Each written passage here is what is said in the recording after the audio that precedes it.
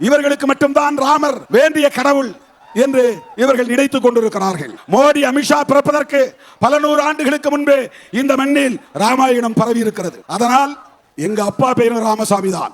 அவர் பெயரை அதற்காகவே தொல்காப்பியன் என்று நான் மாற்றி வைத்தேன். ராமன் என்கிற பெயரை உச்சரிக்க கூடாது. ராமசாமி என்கிற பெயர் சனாதனத்தை நிலைநிறுத்துகிற பெயராக இருக்கிறது. தூய தமிழ் பெயர் வேண்டும்.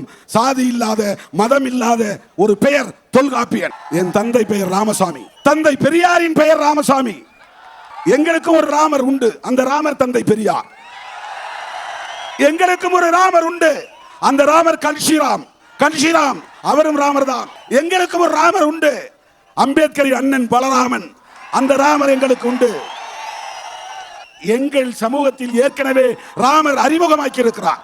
ஏதோ உங்களுக்கு மட்டும்தான் சொந்தம் என்று கருதாதீர்கள்.